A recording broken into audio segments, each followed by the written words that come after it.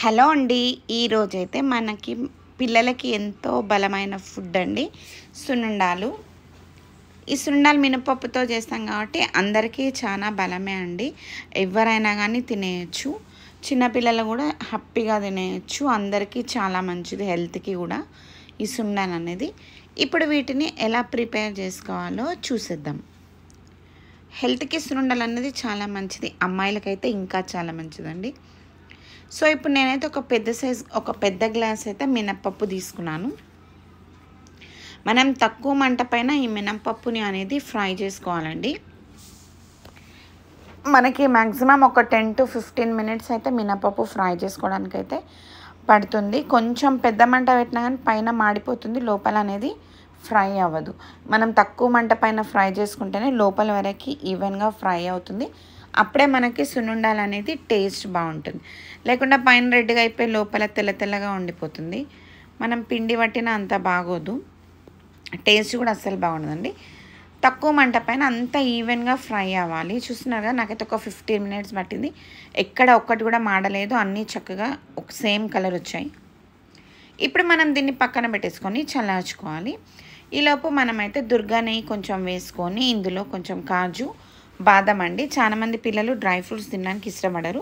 So ఈ సుండలలో మనము కొన్ని కాజు, కొంచెం బాదం కూడా వేసి చూడితే హెల్త్కి ఇంకా చాలా మంచిది. డ్రై ఫ్రూట్స్ అంటే ఇష్టం లేని పిల్లలకు కూడా తెలియదు మనం ఇందులో డ్రై ఫ్రూట్స్ వేసామని, హ్యాపీగా తినేస్తారు. ఇప్పుడైతే మనము సేమ్ గ్లాస్తోని ఒక హాఫ్ గ్లాస్ అయితే షుగర్ తీసుకోవాలి. మీరు స్వీట్ కొంచెం ఎక్కువ తింటా అనుకున్న వాళ్ళు ఇంకా కొంచెం షుగర్ వేసుకోవచ్చు. నార్మల్గా తినే వాళ్ళైతే హాఫ్ కప్పు మాత్రమే తీసుకోవాలి. యాలకులు ఎక్కువ వేసుకోవచ్చు అండి. యాలకుల టేస్ట్ అనేది మనకి చాలా బాగా వస్తుంది సున్నుండలల్లో, కాబట్టి కొన్ని ఎక్కువ వేసుకోవాలి. ఫైన్ పౌడర్ చేసుకొని అది పక్కన పెట్టేసుకొని ఇందాక మనం ఫ్రై చేసి పెట్టుకున్న మినపప్పు, కాజు, బాదం కూడా వేసుకొని కొంచెం మెత్త పిండి లెక్క కాకుండా కొంచెం లైట్ బరకగా చేసుకోవాలి. అప్పుడైతే కొంచెం మనకు పంటి కిందికి కూడా కొంచెం రవ్వ లెక్క. అలా అని ఎక్కువ రవ్వ కాదండి, చాలా తక్కువ రవ్వ లెక్క చేసుకొని ఇప్పుడు రెండు మిశ్రమంలో ఒకటే గిన్నెలోకి వేసుకొని షుగర్లో మినపప్పు మిశ్రమం కూడా అంతా మిక్స్ అయిపోయాక అంతా చక్కగా కలుపుకోవాలి. మనం అంతా మిక్స్ చేసుకోవాలి. దీన్ని బట్టి మనం ఏంటంటే ఒక కప్పు మనం మినపప్పు తీసుకుంటే హాఫ్ కప్ అయితే మనకి షుగర్ పడుతుంది, పావు కప్ అంతా నెయ్యి అయితే పడుతుందండి మనకి. ఇప్పుడు నేను కప్పు మినపప్పు తీసుకున్న, హాఫ్ కప్పు షుగర్ తీసుకున్న, పావు కప్పు నెయ్యి అయితే తీసుకున్నాను. కొంతమందికి పొడిగా చుట్టుకుంటారు, కొంతమందికి సాఫ్ట్గా ఉండడం ఇష్టం కాబట్టి పావు కప్పు వేసుకుంటే కరెక్ట్గా అవుతుంది. మనం నెయ్యి అనేది చక్కగా కరిగించుకొని ఫస్ట్ కొంచెం వేసుకొని చూడాలి మనకు ఉండ కొట్టడానికి వస్తుందా లేదా అని చూసి, మళ్ళీ కొంచెం రాకుంటే ఇంకా కొంచెం కరిగించి వేసుకోవచ్చు. ఇప్పుడు మనం ఈ నెయ్యి అంతా కలుపుకోవాలండి, చక్కగా మిక్స్ చేసుకోవాలి.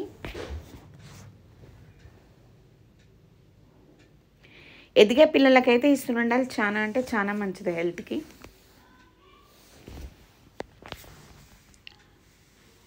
ఇప్పుడు నేను తీసుకున్న నెయ్యి అయితే నాకు కరెక్ట్గా సరిపోయిందండి. చూస్తున్నారు కదా, ఇలా పెడితేనే మనకి ఉండలు వచ్చేస్తున్నాయి.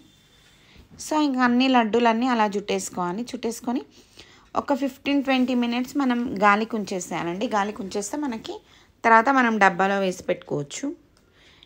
ఇంకా మనకి ఎన్ని డేస్ అయినా ఉంటాయి, చక్కగా ఉంటాయి. ఇంకా అన్నీ సేమ్ అలాగే చుట్టేసుకోవాలండి. మీకు కొంచెం నెయ్యి తక్కువ కావాలి, ఎక్కువ నెయ్యి తినలేమనుకున్నాను ఇంకా కొంచెం తక్కువ వేసుకోవచ్చు నెయ్యి అనేది. లడ్డు అనేది అప్పుడు కొంచెం ప్రెస్ చేయాల్సి వస్తుంది. ఇప్పుడు మనకి ఈక్వల్గా నెయ్యి ఉంది కాబట్టి సో ఈజీగా లడ్డూలు అయితే వచ్చేస్తున్నాయి. టేస్టీ సున్నుండలు అయితే రెడీ అయిపోయాయి, హెల్దీ అండ్ టేస్టీ. ఈ వీడియో కనుక మీకు నచ్చినట్లయితే లైక్ చేయండి, షేర్ చేయండి, ఛానల్ని సబ్స్క్రైబ్ చేసుకోండి. మీ ఫ్రెండ్స్ అండ్ ఫ్యామిలీ మెంబర్స్కి వీడియోని షేర్ చేయండి.